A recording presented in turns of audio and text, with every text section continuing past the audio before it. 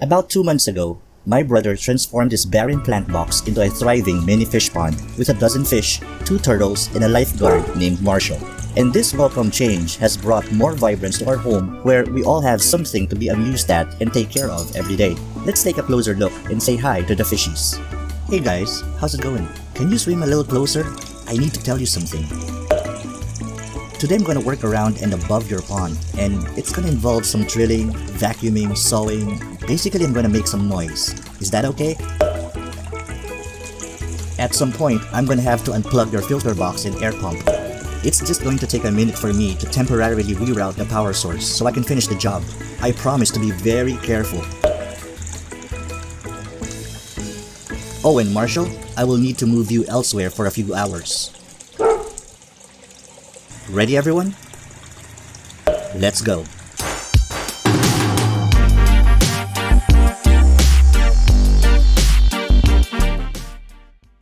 Hey there, this is HanDIYman 007, and if we're just meeting for the first time, hello! And my passion is building, fixing, and improving all sorts of stuff at home for my family, and sharing with you what I have learned from experience and from others. While my brother did an impressive job in converting this 40-year-old plant box into a fish pond, he has asked me repeatedly to do something about this long extension cord. At the moment, we have no choice but to plug it to a light socket 10 feet above, since that's the only power source in this area. This extension cord is critical because it powers the fish pond's filtration and air pump box. But with how it is just dangling there, it kind of disrupts the view of the fish pond. At the same time, I need to do something about this Christmas strobe light that my mom bought and I haphazardly mounted with green wires 3 years ago. It came with no mounting brackets and no switch. All it has is a plug that you're supposed to connect directly to an AC outlet. If you have no idea what a Christmas strobe light is, it's basically like a disco ball that throws out different colors. Better yet, watch till the end of this video where I show it to you in action. Meanwhile, to make things worse, the light bulb socket adapter's chain is too short to even reach. Let me explain why that's an issue. The adapter has a dual purpose. 1, to provide 2 AC outlets for plugging in appliances like the filter box and the strobe light. And 2, to serve as an extended switch for the light bulb itself.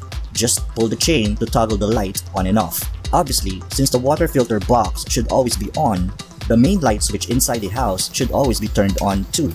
So in order to turn on the light bulb on and off, we have to climb up a ladder just to reach and pull the chain. So in this project, I have 3 issues to solve that all rely on this single light bulb receptacle. We have our work cut out for us, and it's gonna be a long but satisfying process. So stay tuned till the end of the video to see how everything comes together. First, let's go ahead and temporarily reroute the filter's power source. Then, we'll spend the next few minutes clearing and cleaning our work area, making sure that we remove anything that is unnecessary, such as old wirings, decors, anything that will get in the way of our working smoothly. Also, let's unmount everything that we need to rewire later, since it's far easier to work on the ground where it's stable rather than up here. So let's free up this extension cord.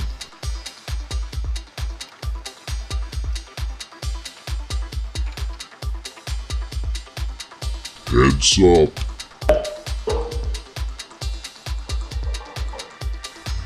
This bulb and adapter, where one or both might be faulty, and our Christmas strobe light.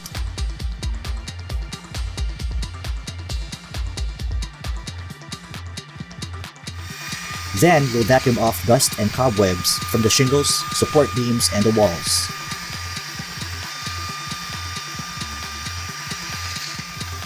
While we're here, might as well clean up a bit, right?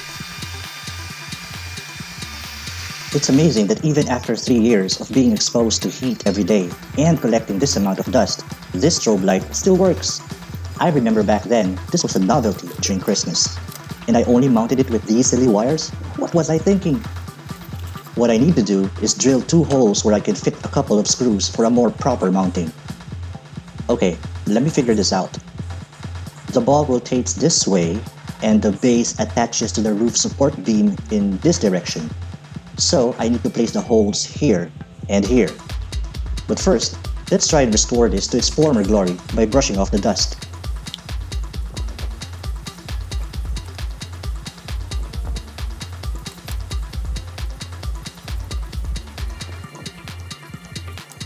Then, let me clean further with this leather and vinyl protectant. And yes, I know the strobe light is made of plastic, so I checked earlier. It says right here, for leather, vinyl, and plastic surfaces. So we're good. Okay, so let's open this can and spray some product.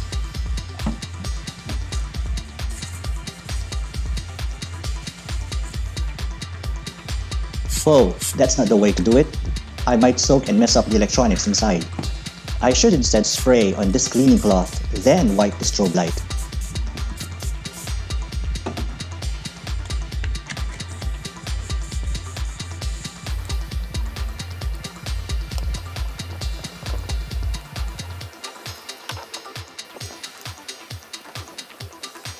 Are you seeing this? It's starting to whiten up the longer and harder we apply the protectant.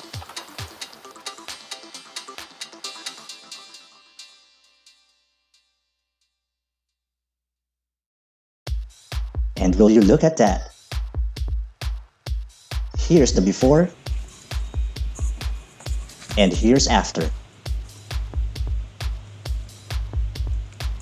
Here's a little preview of what this ball can do, but it's gonna be so much more awesome after we rewire and hook it up to a proper power source. But that's still reserved for later. For now, what I've done was to drill the 2 holes we need. And from my stash, I was able to find these 2 wood screws that's just the right size. Let's set the strobe light aside for now and bring out our electrical wires, because we're about to start our first of many wiring jobs in this project. Remember, the idea is to install a switch for the strobe light, so this is how our wiring diagram looks like. We have 3 items to connect: the power plug that goes into the bulb adapter, a simple switch, and the strobe light itself. Thus, we need 3 lengths of wires, A, B, and C. Once everything is connected, they form a closed circuit that ultimately powers the strobe light, provided the switch is turned on. On the other hand, turning off the switch opens the circuit which cuts power to the light. In the rest of the video, we're going to come back to this diagram every time we do a wiring job, so we'll know exactly where we are in the bigger picture. Let's start with the light switch area. So now, let's prep this wire using a wire stripper.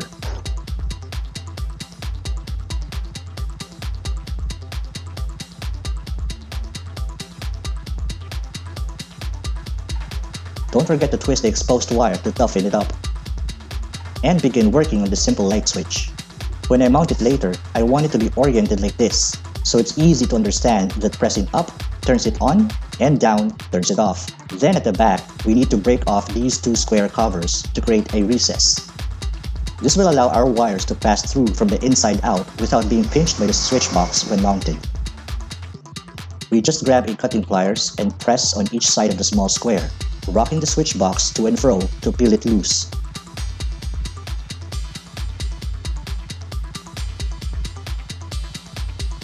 Then, grab the center and twist until the small square finally breaks free.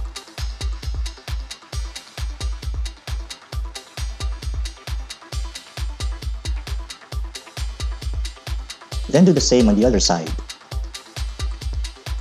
You have the option of smoothing these with a file or sandpaper to give it a cleaner finish. Let's take off the 2 mounting screws that came with the switch and set them aside for now. And then, we need to remove this switch cover so we can start wiring.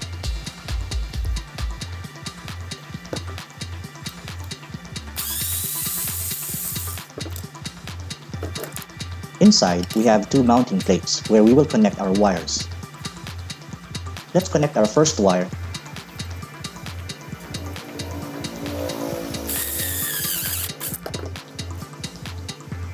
and cut about 6 inches.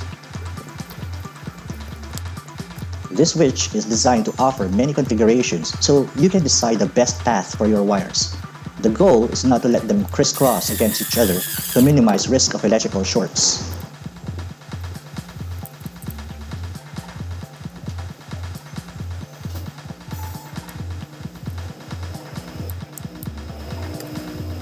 Now for our second wire.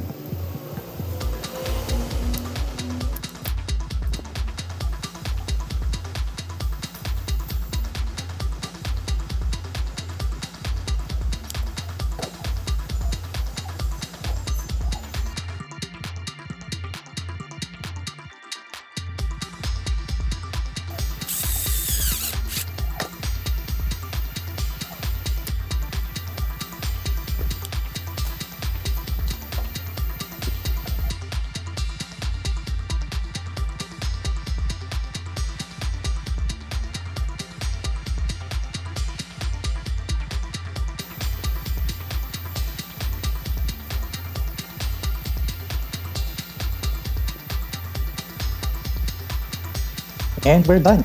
The first goes out the top recess, and the second goes out to the bottom recess. Oh, hang on. I think I made a minor mistake here.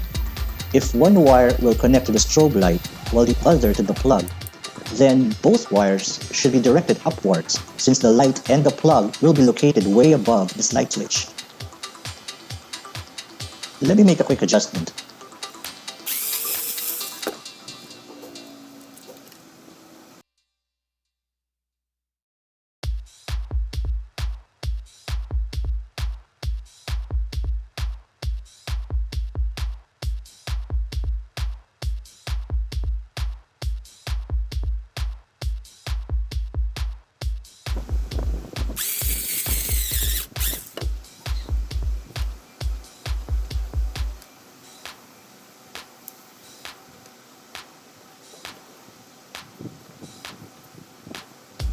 There, much better. Now, let's find a good spot for this switch.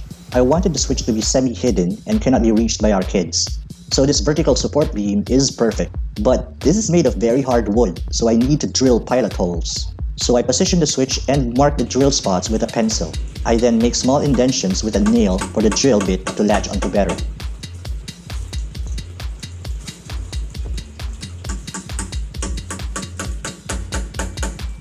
Here, I have already finished drilling the pilot holes, but they ended up too big for the switch's mounting screws. So a neat trick is to slip in wooden splinters or even a toothpick to tighten the holes a bit.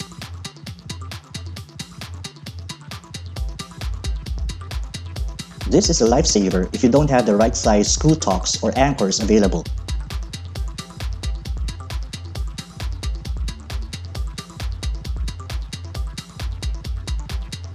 See? Now the screws fit like a glove. Let's mount this light switch with the screws it came with.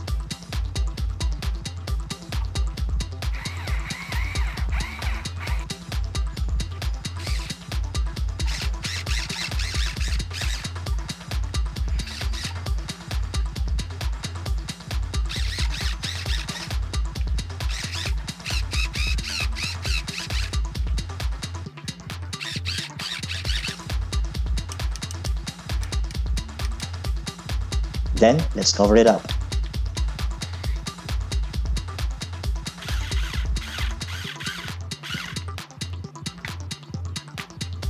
Now, let's temporarily mount our freshly cleaned strobe light back to where it came from.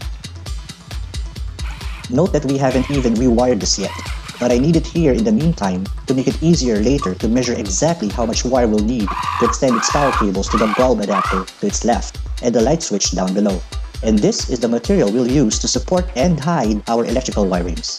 It is called plastic or PVC molding, and it has a standard length of 8 feet and comes in different sizes depending on how much wire you're going to course through it. This one is 5/8 of an inch. So now, in order to determine the exact length of PVC molding to cut, I have to measure the path where we need to stick it on. Uh-oh, I might not have enough PVC molding. I'll worry about that later.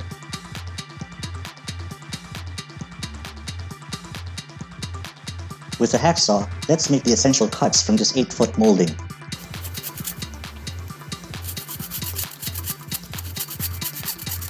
That's one.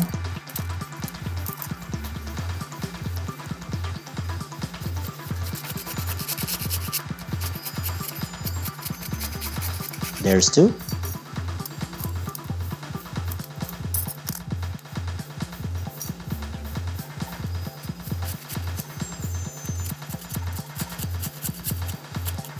That's 3.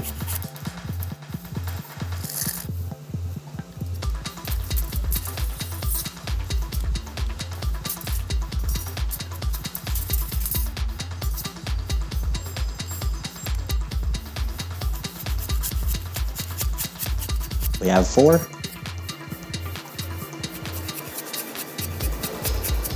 And 5. I actually needed 6, but the remaining PVC is already too short for the length of the diagonal support beam. I will have to improvise later. Meantime, let's go ahead and sand the tips to get rid of the sharp edges and plastic shavings.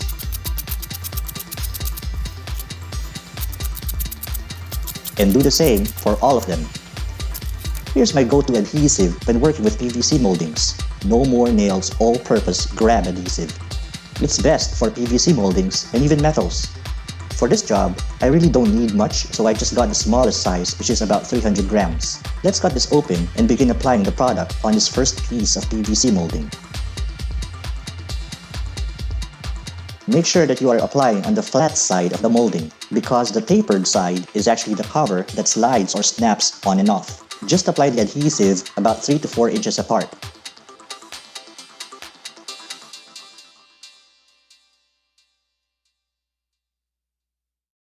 Then, spread out clumps and anything that got on the sides.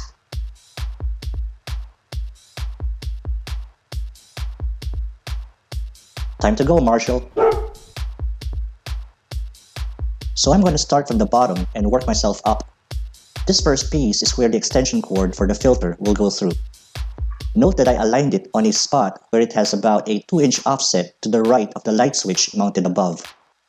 You need to apply light pressure across the molding a number of times so the adhesive can join together the molding and the wall evenly.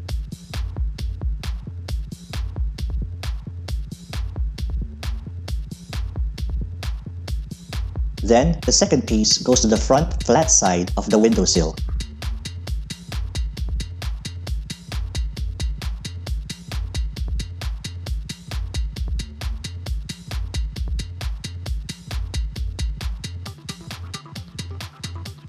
Let's brush off some dust from the surface of the sill before we stick on our third piece.